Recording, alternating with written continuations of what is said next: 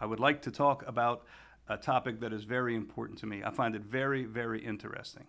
It's this question: should AI generated art ever be considered sacred art? Should you ever use artificial intelligence to generate art that depicts religious subjects or sacred subjects? Is that an okay thing? Everything that I'm about to say, it's really just things I've been thinking about lately. I think it's informed by church doctrine, but there's no church doctrine out there that really answers the question for us. But everything I'm going to say is, I think, okay to think, but it's also okay to disagree with. So if you disagree with me, let me know. I really just want to kind of get a conversation going. It started with a couple days ago. One of my favorite people on YouTube, Trent Horn. He's exceptional. The videos that he makes, he's an apologist. He made a video about the perpetual virginity of Mary. He was defending the perpetual virginity of Mary, and the thumbnail of the video had an artificial intelligence, an AI generated image of Mary's face, of Mary kind of looking at the viewer, back at the viewer. And in the comments section, several people mentioned how he shouldn't have done that. He should not be depicting the Blessed Virgin Mary using artificial intelligence to generate that image. I asked why. I followed up with the question of why, and there were a whole lot of very interesting answers. Some of them I thought were good, some of them I thought were bad, and I just kind of want to work through some of those thoughts here. I think most people who didn't like the image, he has since, by the way, changed the thumbnail. So he either was convinced by it or convinced it was in his best interest to change the thumbnail. I didn't think he should have. Here are some of the reasons people gave for why he should change it, right? They said that it's going to hurt the artist, right? There are sacred artists who are going to lose their jobs. This is going to be bad for them. Number two, you can't create sacred art using a machine. It's impossible. The artist has to pour himself into his artwork, right? Like there's something, the artwork receives part of its sacredness from the intentions of the artist. And so there's some disconnect there when a machine is doing all that work.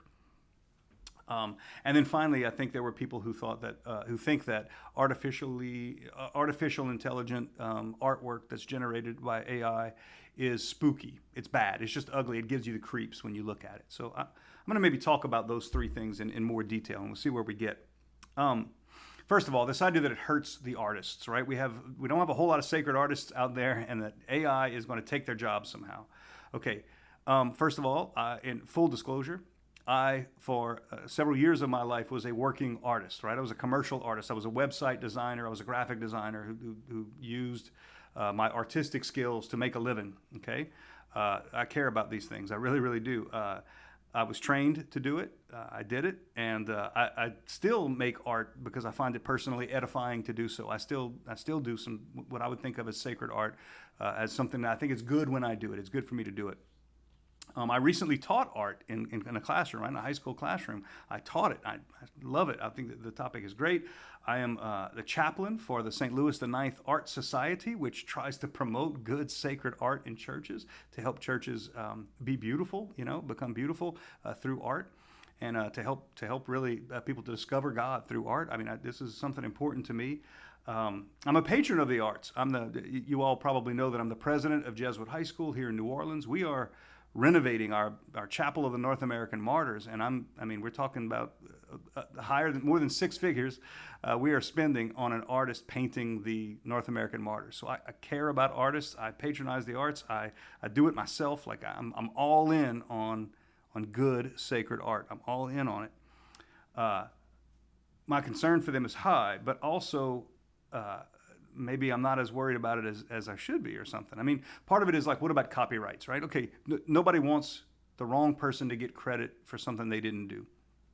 But if you look at icons, right, like icons mostly associated with the church in the East, those icons aren't signed. Nobody gets credit for having written those icons. They get credit for doing a good job with God, maybe, but for us, when we look at those icons, we forget about the artist and we try to see what the icon is depicting, and signing the artwork is just not part of that tradition. And in a lot of ways, I think that sacred art has some of that element in it, right? Has some of that element of, we're not trying to create celebrity artists, we're trying to create good sacred art. And so you have to ask the question, is AI going to hurt artists? It will. it will hurt. I mean, things are going to change, and that's going to be painful. The law of supply and demand, right?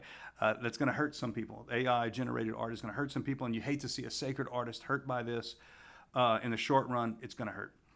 But it's also going to open up the doors for some people who might not be perfect artists to be able to use those tools to create the artwork they need on the spot. I'm thinking of a thumbnail for a YouTube video or something like that. Pretty quickly, you can get an attractive image to use as a thumbnail. If you know how to use AI, you can do that. And it's going to open up some avenues for some people to be able to do a better job in whatever they're trying to do. And that's sort of how progress tends to work. In the long run, I think what will happen is what has already been happening, is that the artist becomes more and more of a sort of a niche product they can produce, right? So because we have so many other ways of producing art, long before AI, we have so many other ways of producing art and reproducing art, and cameras, for example, that can take beautiful photographs. The artist who picks up a paintbrush and paints on a canvas begins to create something just very specialized.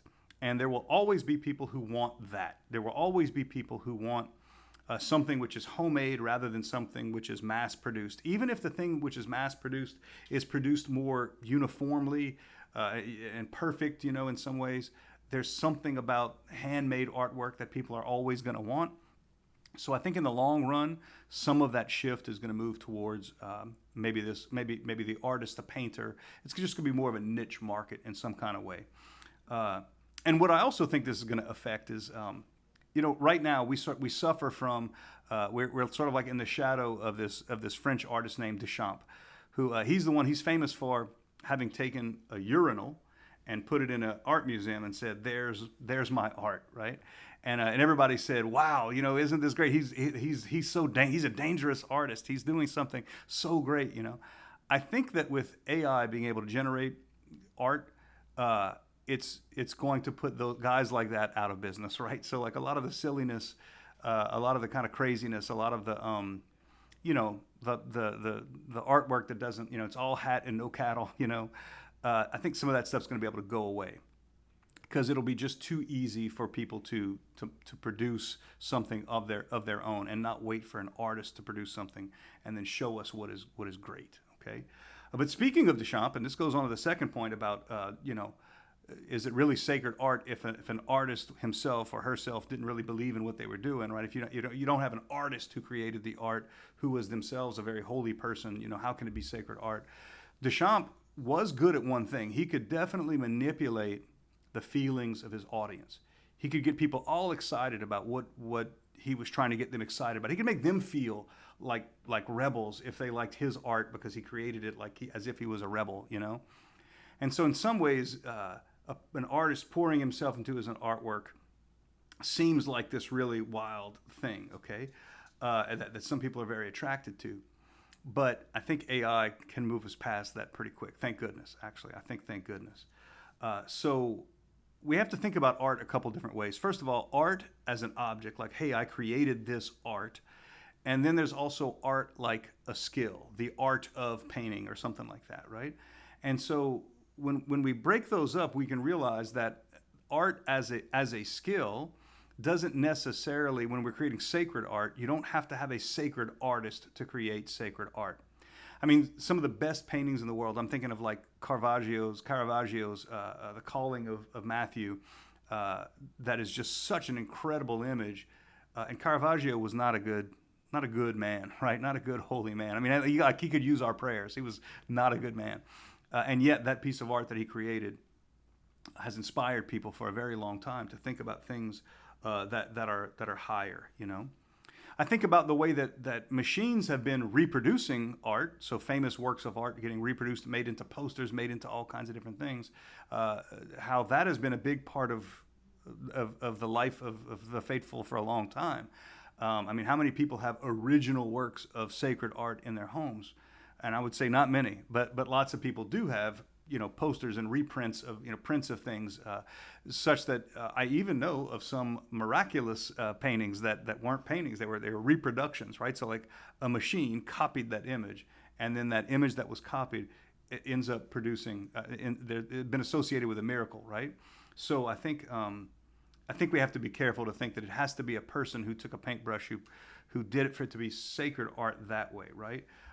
This whole idea of even caring about about the artist pouring himself into his art, is really a modern art concept.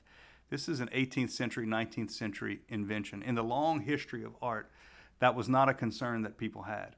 And when artists began to try to market themselves, so you weren't just, part of it was they weren't painting something, here's a really good painting of a flower, right? Instead, it's like, I am so special. I am so artsy. I'm an outsider, that I can make you feel like you are part of my orbit if you recognize as artistic the things that I'm doing, right? So think of, for example, Yoko Ono. She's a celebrity. She's an artist. And I should put that in quotes because in the end, what she's creating is not, I don't think it's good. I don't think it's good at all. And yet she's a fairly successful artist because of her celebrity. Her art becomes like you might have some window into her soul by the art that she created. This just isn't. This isn't part of the long history of art for most of the history of the church or of humankind, right? People didn't care about the artist. They cared about the art that they created. And they would call you an artist if you were just really good at producing an image. And then the image, where the image pointed you, was what was more important. So guys like Pablo Picasso from the modern era want you to, they want you to see his artwork, or he wants you to see his artwork and say, oh, I have an insight into the mind of Pablo Picasso. But ancient artists, or even artists all the way up through the Middle Ages, up into the Renaissance, it was much more, I want you to think of something higher. I want my art to transport your mind to something higher, something better. You find this in nature sometimes. You can look at a mountain and you can recognize the grandeur of God, or you can look at this exquisite flower and say, I see something special here. But artwork, sacred artwork, could be something like a crucifix, where you say, okay, now I'm thinking of Jesus on the cross when I look at this crucifix.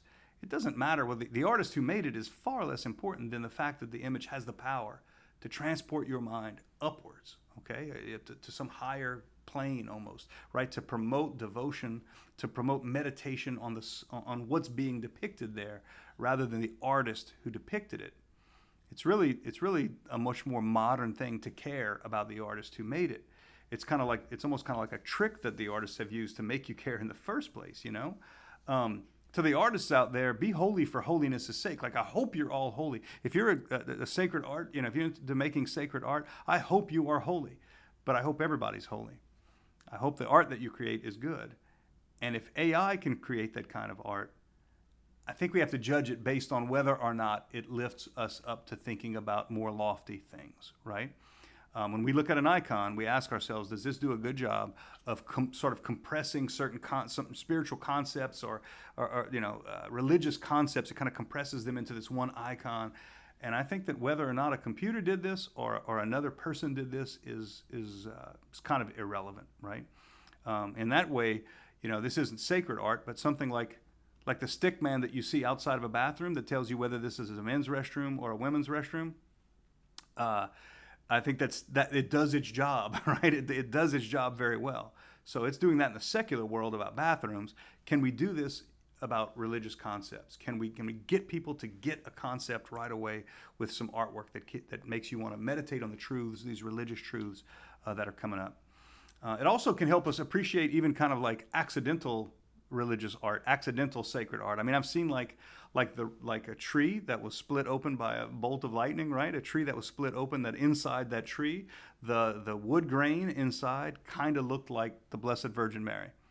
And I saw this one time at a tree. I was down in El Salvador, and I saw this, and the whole community would go to this tree and they would pray near it because they said, look, it's the picture of the Virgin Mary in the tree, in the wood grain of the tree. And I had a hard time seeing it in detail, saying, oh, look at how perfect this is. But it was something. It did a good job of making people think that, hey, the Blessed Virgin Mary has been with us all along and has not left us, right? It was it's a really beautiful thing. And that wasn't, unless you want to say that nature is a sacred artist in that sense. I mean, I think it's a mistake to expect your artists to all somehow be, these sacred artists because they themselves are holy people. Therefore, they produce sacred art. I mean, I think it's holy people, for example, that make the posters for World Youth Day, right? But I don't think the World Youth Day posters are sacred art. Like, I think they're terrible. In fact, I think they're usually pretty bad looking. So I would take the concept of the sacred art and the person who created it and separate it. And maybe it's not even always a person who created it, but rather artificial intelligence that created it. That artificial intelligence being created by a person and being manipulated by another person who's got some, they're prompting it the right way to make it produce the kind of artwork that they want. I think that should be, ultimately, that should be okay. The truth is, most artists, before there was ever AI, most artists were kind of already doing what artificial intelligence does as well.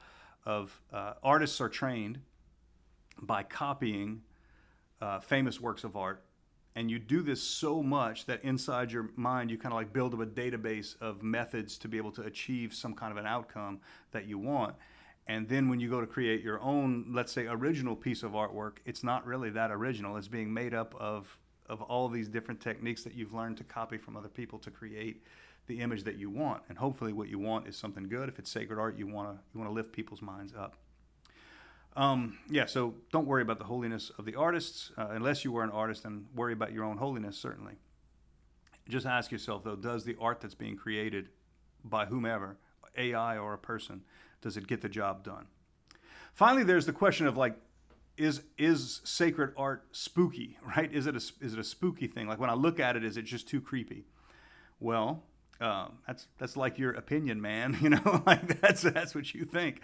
But I do get it. Certainly, there's a certain kind of artificially, created artwork that can hit that uncanny valley, and it can do some damage, right? So to look at what should be an image of the Blessed Virgin Mary, and she's got like this deadness in her eyes. She looks soulless or something like that. That can have a pretty negative effect on somebody, and even maybe on somebody's spiritual life if they're easily, sort of influenced by those kinds of images. And so, just because AI created it and it may have done a technical good job in some ways, you need to make sure the kind of art you're putting out there is good. But I would say that about any art. I would say that about the guys who make the World Youth Day posters. I'd say that about anything. This kind of reminds me of when I imagine, this is just an imagined ancient history, when you have like singing as the primary way of making music. And somebody invents something like a flute or a whistle or something like that. And someone might say, hey, instead of you making the notes with your voice, now you're making with that flute. That can't be right. It's not coming from the heart. It's coming from the flute. The breath is not coming out of your mouth to make the noise. It's coming out of the flute to make the noise. And I don't know how much I like that, And especially when someone who can't sing very well is able to make pretty good music with a flute, like the very thing that we thought made good music, the sound of a voice, is now being replaced by a musical instrument, I don't know if that ever happened, but it kind of makes me wonder if a moment like that in history ever happened. If you pay attention to AI, you probably notice that AI can actually make some music, and it does the same way that it makes art. It goes out and kind of copies music and follows the patterns, and it does some pretty amazing things, some things that are worth maybe looking at or listening to. So anyway, these are just some thoughts. I'm not opposed to AI sacred art, as I said. So if you are, and you think that I have not addressed the issues that you're thinking of, or you didn't think I addressed them well enough, or there are points I missed or whatever, please leave them in the comments section. I would love to hear what you think. I love sacred art. I love good sacred art. I want to see sacred art thrive. I want to see artists do well. But I also think that artificial intelligence is going to be part of the picture moving forward. So let me know what you think. Thank you.